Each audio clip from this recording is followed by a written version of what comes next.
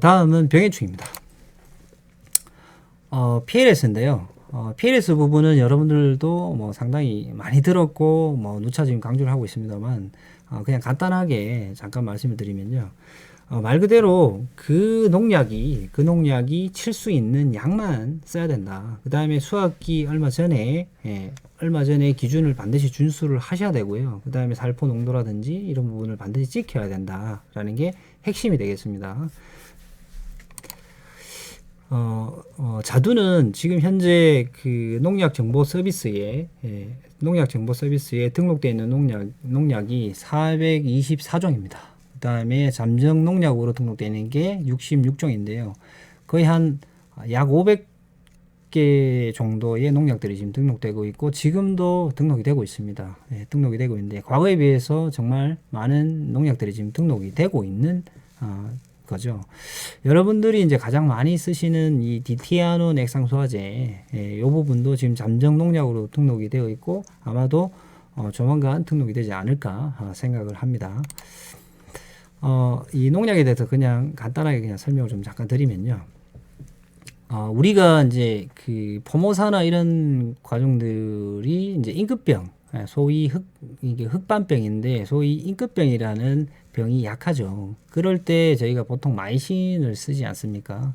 그래서 보통 뭐 스트레토마이신이나 아니면 발리다마이신 같은 항생제 종류를 많이 쓰시게 되는데 보통 이제 살균제를 이렇게 항생제 정도를 계속 쓰다 보면 이제 병이 심해서 계속 같은 종류의 마이신 종류를 쓰시다 보면 방제가가 현저하게 떨어지거든요. 그 다음에 세균들은 이 마이신을 이 교호로 이렇게 돌려서 쓰셔야만 내성이 생기지 않기 때문에 반드시 돌려서 쓰셔야 된다는 거죠.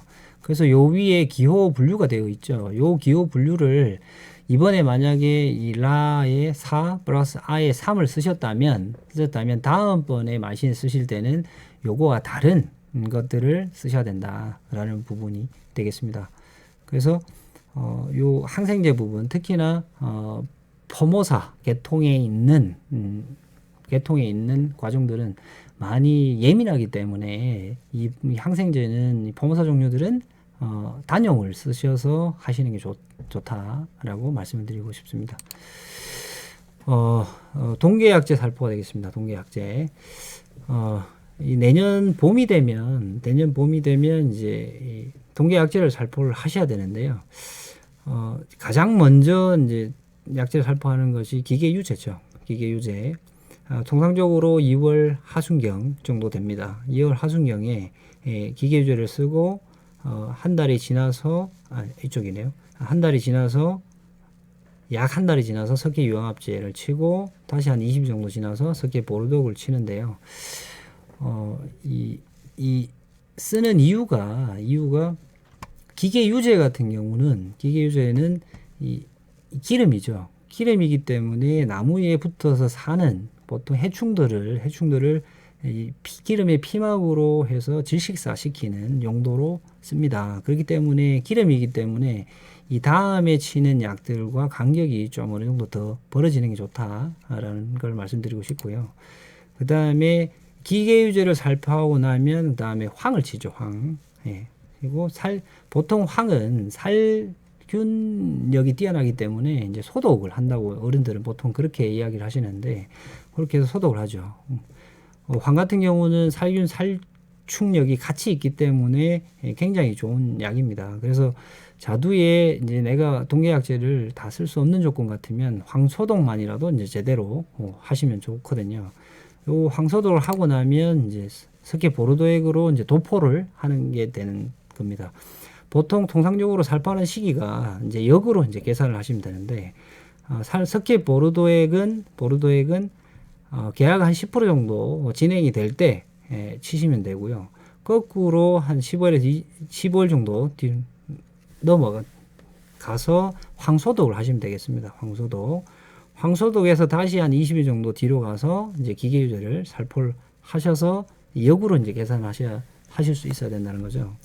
통상적으로 금년에 이제 4월 초에 만개를 했기 때문에 그 부분을 잘 유념해 두시고 역으로 미리 계산을 해 놓으신 것도 하나의 방법입니다. 근데 문제는 뭐냐? 이 동계 약재를 살포할 때 자두 가원들이 대부분 기상이 굉장히 불순하다는 겁니다. 기상이. 이 동계 약재들이 기본적으로 이제 해야 되는 부분이 비가 오지 않아야 된다는 거죠. 비가 오지 않아야만 방제가가 높일 수 있기 때문에 비 안 온 날을 잘 선택해서 정말 여러분들이 꼼꼼히 잘 치셔야 된다는 거죠. 자, 치실 때도 정말 꼼꼼히 치셔야 된다는 겁니다. 그냥 SS기로 그냥 날리는 것보다는 경운기나 아니면 분무기 손을 들고 직접 이렇게 도포하는 모습이 보이시죠? 이런 식으로 나무 전면에 도포를 꼼꼼하게 잘 하셔야만 초봄에 나올 수 있는 병, 충들을 그래도 최대한 많이 막을 수 있기 때문에 이 동계 약재, 특히나 자두는 생육 그 기간이 그렇게 길지 않기 때문에 이 동계 약재만 꼼꼼하게 잘 살포를 하셔도 방제가를 굉장히 높일 수가 있다라고 말씀드릴 수 있습니다. 일단 거문무늬병인데요. 여러분들이 잘 아시는 건 임금병이 되겠습니다. 임금병 증상이 이렇게 나무의 개양 증상, 그 다음에 잎사귀에 이렇게 구멍이 뚫리는 증상들 이렇게 생길 수 있죠. 지금 요건 금년에 이제 찍은 거원이 되겠는데 이렇게 나무의 궤양 증상이 되게 심하죠. 여기 포모사의 품종이 되겠습니다. 이렇게 증상이 나타나는데 요거에 대한 이 증상입니다. 실제로 잎사귀에 이렇게 5월달에 되면은 이렇게 하얀색 반점이 이렇게 생기고요. 이렇게 구멍이 뚫리고 과일로 이렇게 점이 찍히는 증상입니다. 얘네들의 생활사는 이 생활사는 시작이 여러분들이 과원에 있는 나무가지에 있는 이 궤양 증상에서 시작이 된다는 겁니다. 궤양 증상, 나무 줄기에 이렇게 딱지처럼 앉아 있는 그 부분이 되겠는데요. 거기서 시작을 해서 초봄에 바람이 불고 적정 온습도가 맞으면 이제 여기서 침출이 되어서 이제 흘러나가죠. 그러면 꽃눈으로 이렇게 감염이 이루어지고요. 꽃이 피면은 꽃으로도 이제 감염이 돼서 다시 줄기로 이렇게 돌아오는 구조가 되고, 그 다음에 잎사귀가 나오면 잎사귀에 구멍을 먼저 뚫기 시작합니다. 뚫기 시작하면은 나중에 과일로 이렇게 다시 흘러가게 되거든요. 그래서 이 방제 방법으로는 먼저 여기 살포 시기가 있죠.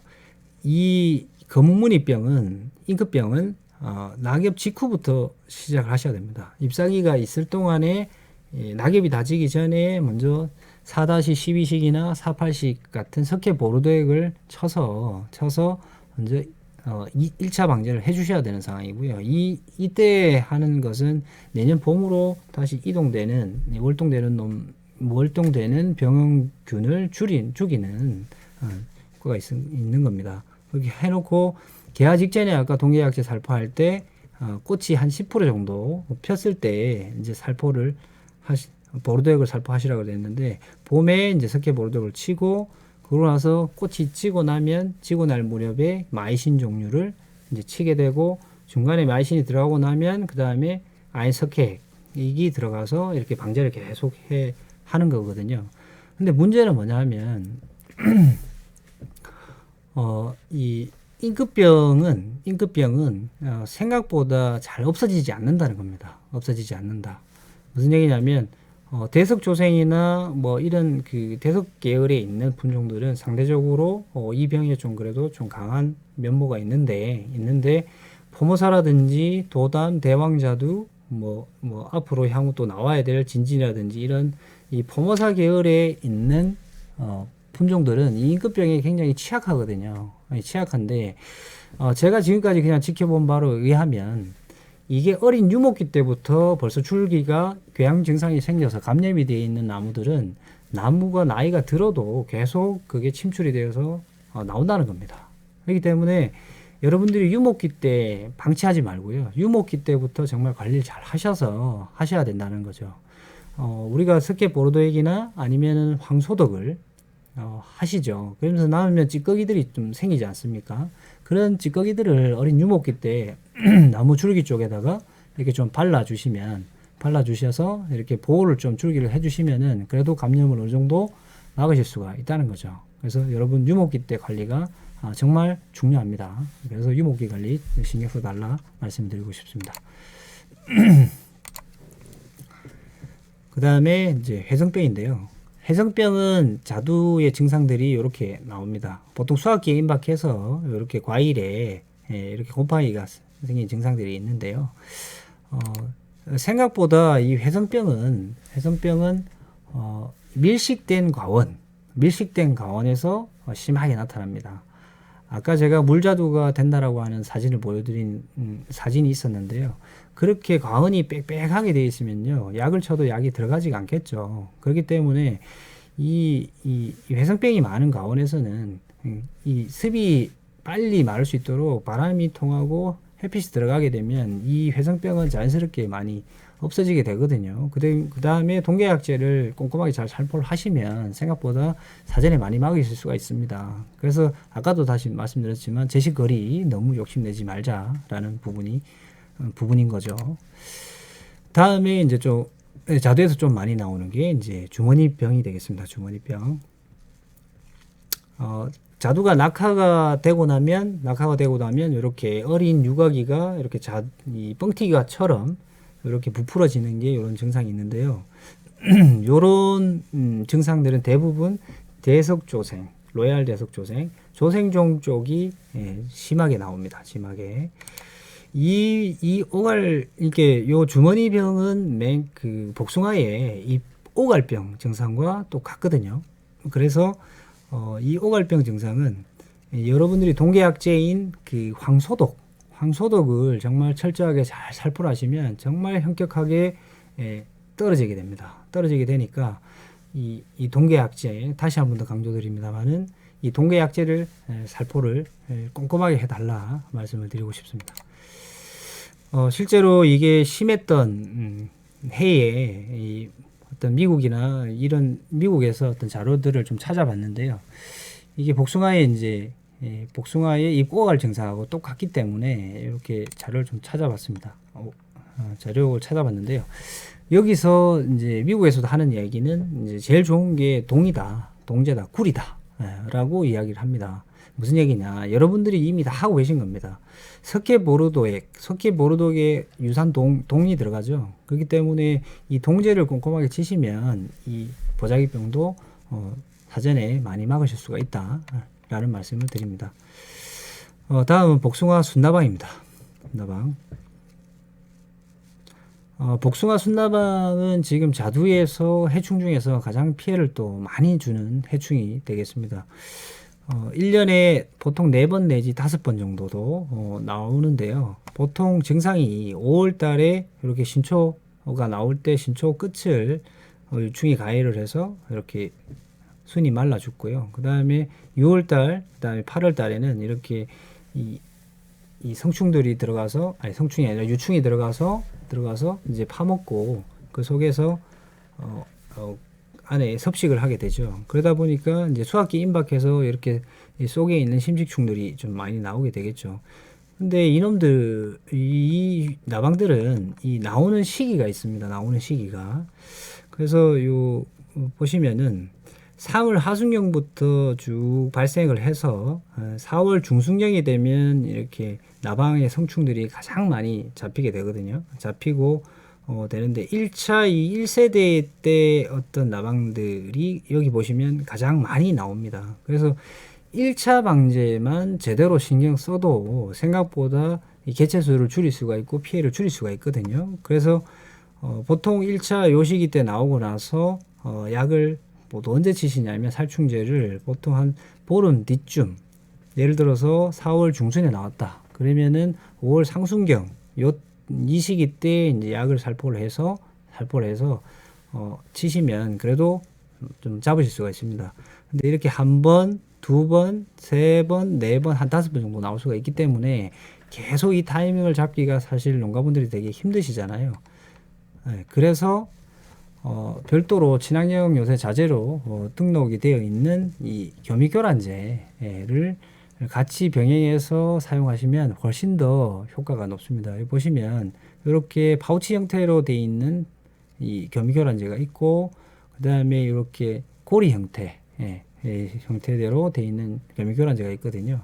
이런 것들을 걸어서 이제 하다 보면 이 현격하게 이제 개체수가 줄어들기 때문에 훨씬 더 농약의 방제가가 높아집니다. 실제로 저희가 이렇게 페로몬 트랩을 설치를 해서 이 나방이 잡힌 것을 보니까 생각보다 효과가 굉장히 나쁘지가 않습니다. 그래서 여러분들도 이 피해가 심한 강원에서는 이 교미교란제를 보통 3월 하순경에 걸어서 농약은 농약대로 치시는 건데 3월 하순경에 걸어서 하시면은 나방 숫자가 훨씬 더 줄어서 피해가 줄어들 수 있다고 말씀드립니다. 그다음에 요거는 그냥 넘어가겠습니다. 다음은 복숭아 유리나방입니다. 복숭아 유리나방. 실제로 복숭아 유리나방은 이 8월 말에 이렇게 지금 생겼습니다. 유리나방. 나무 둥치 쪽에 이렇게 톱밥을 이렇게 내놓은 놈이 있죠. 이런 유리나방은 이제 초봄에 온도가 올라가서 물이 이제 머금고 물을 이제 나무가 물이 올라가기 시작하면 밑에 밑둥치 속에 이제 톱밥을 내놓기 시작하는데 그때부터 시작해서 1년에 한 번 정도 이렇게 나오기 시작합니다. 그래서 보통 통상적으로 방제를 이 잎사귀가 없을 때 나무 줄기 이렇게 3월 중하순경이 되겠죠. 그때 이 유리나방 피해가 심하면 중치 쪽으로 거기에 맞는 살충제를 선택하셔서 주간 부위에 약을 살포를 하시면 좀 많이 죽을 수가 있고요. 그 다음에 이렇게 톱밥 떨어지는 부분이 많지 않으시면 직접 손으로 요 구멍을 찾아서 유살시켜도 되겠습니다. 실제로 이 개체수의 증감 정도를 나타내는 이 발생 정도인데 여기 보시면 이제 8월 달에 상대적으로 이 유리나방의 개체수가 많이 있는 것을 알 수가 있습니다. 그래서 이 8월 달이 많은 이유가 결국은 자두가 수확하고 나면 그 뒤로 관리를 어떻게 해주느냐. 결국은 약을 자주 조금이라도 쳐주신 가원에서는 훨씬 더 덜 나타날 것이고요. 쳐주지 않은 가원에서 이렇게 기하급수적으로 많이 나타나기 때문에 후기 때 약을 그래도 한두 번은 이렇게 쳐주셔야 라고 생각을 합니다. 그 다음에 그 노린재입니다. 노린재는 지금 현재 순나방, 그 다음에 유리나방, 그 다음에 노린재 이렇게 세 종류가 자두에는 상대적으로 이 피해를 많이 주고 있는데요. 초반에는 이렇게 어린 노린재들이 앉아가지고 이렇게 신초를 가해하고 중간에 이 비대기 때, 요시기 때는 이렇게 앉아서 이렇게 흡집을 하게 되죠. 착색기 때 이렇게 곰보 증상이 생겼고 수확기 때 또 흡집을 해서 이렇게 수확할 때는 몰랐는데 수확을 하고 나니까 이렇게 증상이 나타나는 경우가 생깁니다. 이게 다 이제 노린재에 의한 피해인데요. 노린재의 방제 대책은 사실 되게 좀 어려운 부분이 있는 게 노린재의 종류가 되게 많거든요. 여기 사진을 보시면 이 노린재, 장립 노린재, 개미허리 노린재, 갈색 날개 노린재, 석등나무 노린재, 풀색 노린재 이렇게 있는데 실제로 자두의 초반에 어린 잎사귀를 가해하는 놈들이 대부분 장립 노린재 종류고요. 그 다음에 이 과일에 직접적으로 피해를 주는 놈들이 여기 있는 갈색, 석등, 그 다음에 풀색 노린재가 되겠습니다. 얘네들은 보시면 아시겠지만 갑옷처럼 옷을 입고 있기 때문에 직접 농약이 맞아야만 죽기 때문에 이 노린재가 움직이지 않는 그 시간대에 약을 반드시 쳐주셔야만 효과가 있고요. 한낮에 쳐서는 절대로 유살시키지 못한다는 거죠. 그래서 통상적으로 잘 알고 계시겠지만 아침에 이슬이 있을 때 아니면 해가 지고 난 뒤에 습기가 있을 때 그럴 때 약을 반드시 치셔야 된다는 얘기입니다. 다시 좀 거꾸로 돌아가면요. 그래서 이렇게 이 피해를 좀 줄이기 위해서 보통 이제 수확기에 임박하면 저희가 약을 쓸 수가 없기 때문에 쓸 수 없는데 그때 피해가 좀 많이 나오거든요. 나오기 때문에 요 사이는 저희 친환경 어떤 하나의 방법이 되겠죠. 이 양파 발효액을 저희 지역에서는 좀 씁니다. 양파 생산량이 많은 곳에서 양파가 자연스럽게 이제 버려지는 양파가 있지 않습니까? 그 양파들을 통에다가 섞여 가지고 그 나온 즙액을 약을 쓸 때마다 혼용해서 혼용해서 이제 살포를 하게 되면 생각보다 양파가 가지고 있는 역한 냄새 때문에 기피 효과가 있다는 것이죠. 뭐 일부 다른 것도 사용하시는 분도 계시긴 한데 효과가 양파 발효액이 상당히 나쁘지가 않은 것 같습니다. 그래서 여러분들도 만약에 사용하지 않으셨다면 한번 써보시는 것도 나쁘지 않겠다 말씀드립니다. 요 사진은 썩떡 노린재의 산란 사진이 되겠습니다. 그냥 한번 보여드리고 싶어서 제가 찍어봤는데요. 보시면 썩떡나무 노린재가 7월 30일에 산란을 하고 있는 모습이 되겠습니다. 보통 썩떡나무 노린재는 노린재 종류들은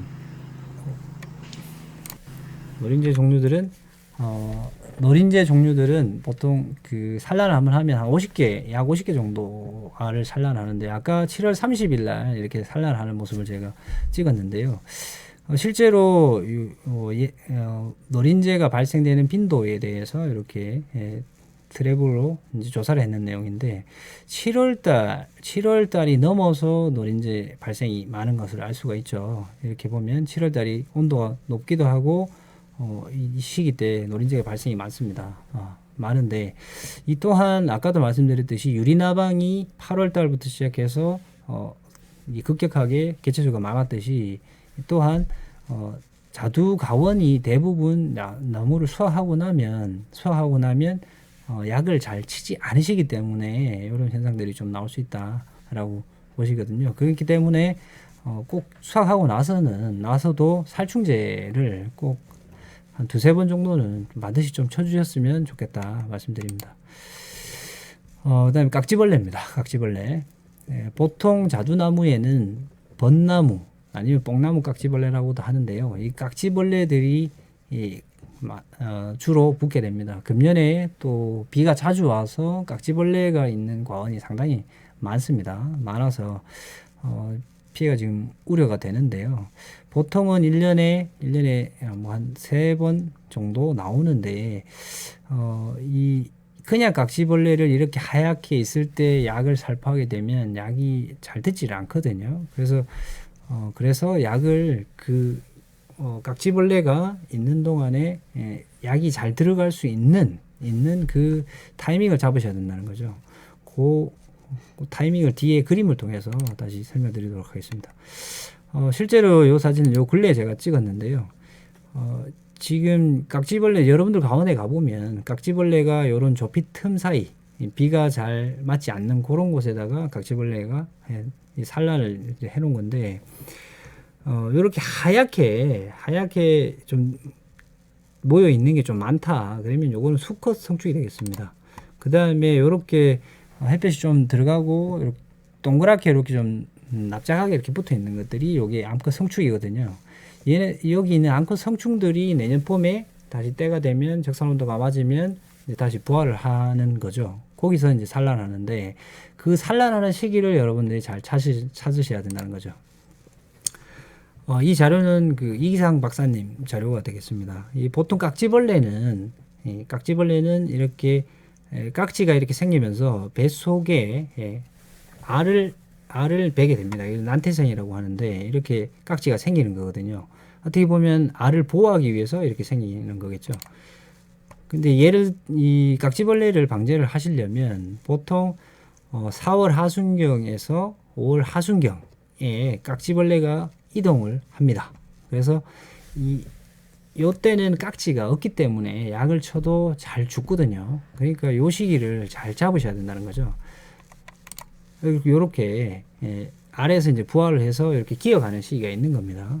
그래서 이렇게 기어가는 시기 때, 이 시기 때 약을 치면은 잘 쳐준다는 거죠. 약 방제가가 높다는 겁니다. 그래서 3번 정도 기회가 있는 거죠. 다시 한번 위로 거꾸로 올라가면요. 성충이 1회 성충이 6월 하순, 2회 성충이 8월 중순, 3회 성충이 10월 상순에 이렇게 되는데 여기 지금 사진이 좀 가려져 가지고 이 부분 다시 좀 했으면 좋겠는데. 네. 깍지벌레 다시 합니다. 네. 깍지벌레. 자, 깍지벌레 큐. 잠깐만요. 여기 지금 좀 편집이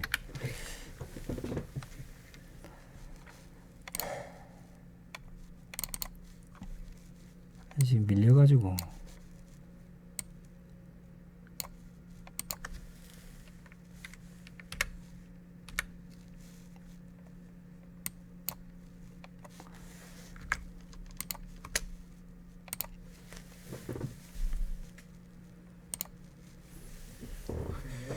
자, 깍지벌레 다시 오자. 자, 큐.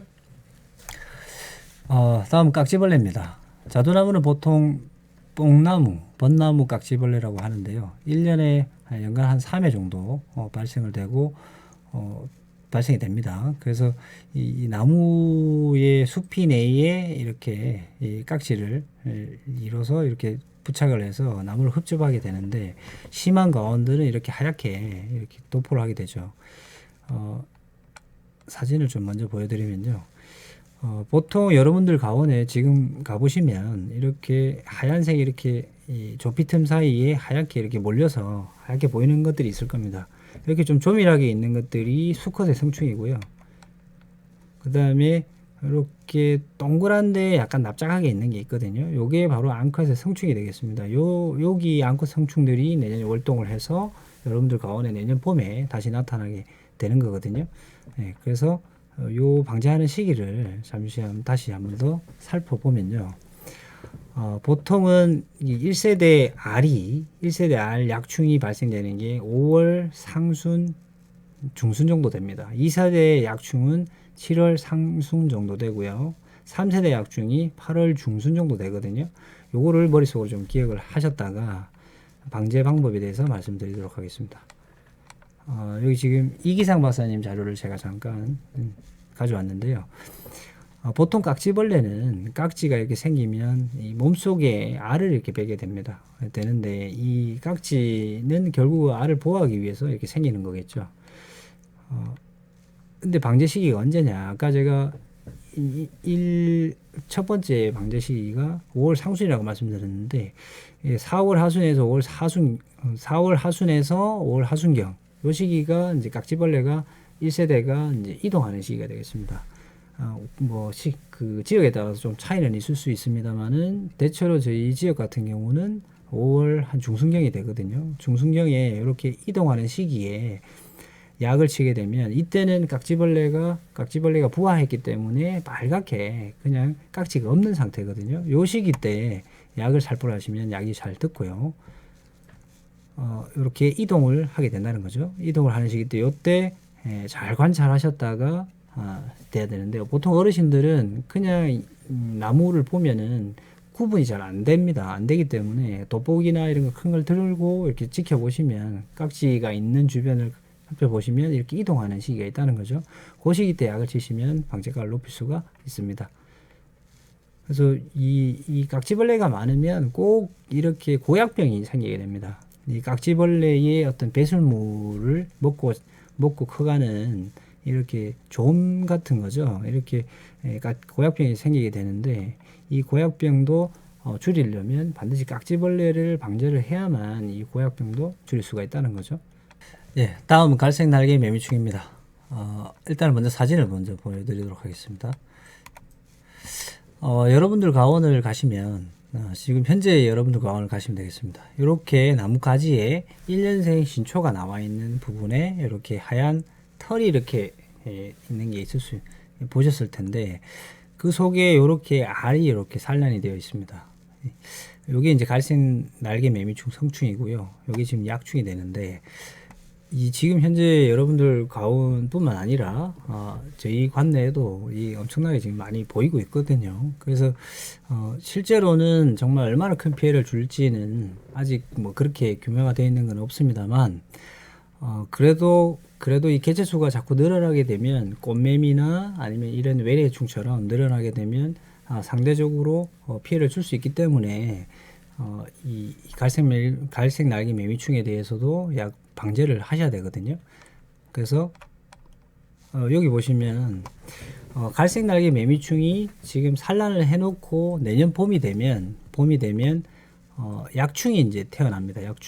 어린 약충이 태어나는데 보통 5월 중순부터 시작을 해서 약충이 이제 순서대로 이렇게 태어나게 되는데 요 시기 때 맞춰가지고 5월 중순에 처음에 본 본 약충이 발견이 되면 첫 부화일로 한 달 뒤에 약을 치시면 된다고 이제 이 자료들이 있기 때문에 한 6월 한 중순경에 약을 제대로 한 번만 쳐주셔도 이 개체수를 현격하게 죽일 수가 있고요.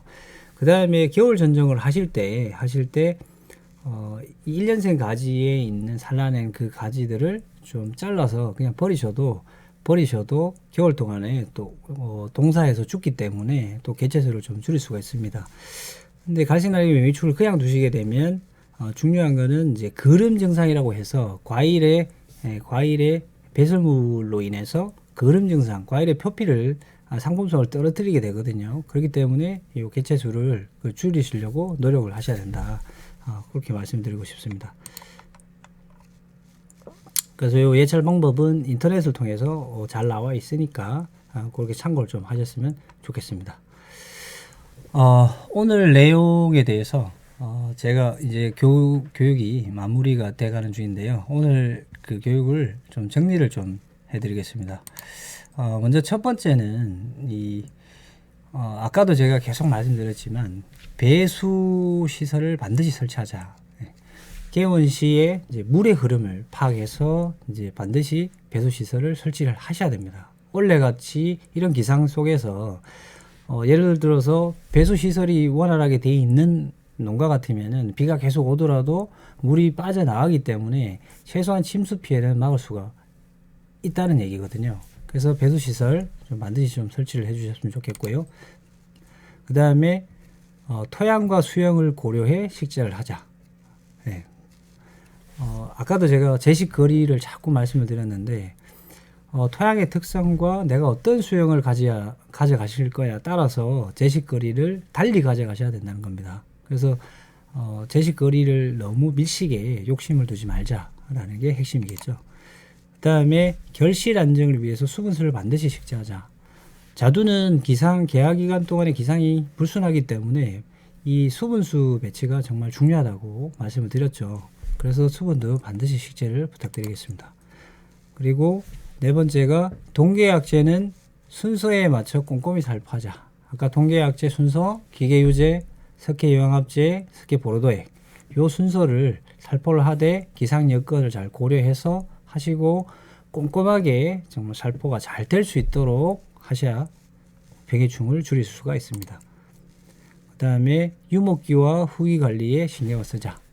아까도 말씀드렸습니다만은 포모사나 도담, 주의도 마찬가지입니다만은 이렇게 그 임급병에 약한 품종들은 유목기 때 임급병이 감염되고 나면 성목이 되어도 그 균들을 계속 가지고 있기 때문에 유목기 때의 여러분들 관리가 저는 관건이라고 생각하거든요. 그래서 유목기 때 관리 절차 좀 부탁드리고 또 자두 수확하고 난 뒤에 대부분 좀 방치하는 과수원들이 좀 많은데 물도 좀 주시고 하계선정, 그 다음에 아까 그 유리나방이라든지 노렌제, 그 다음에 갈색날개 매미충 이런 개체수를 줄이시려면 후기 때 농약 살포 또 몇 회 정도 방제를 하셔야 된다고 말씀드렸습니다. 이상으로 오늘 자두 교육을 모두 마치겠습니다. 고생하셨습니다.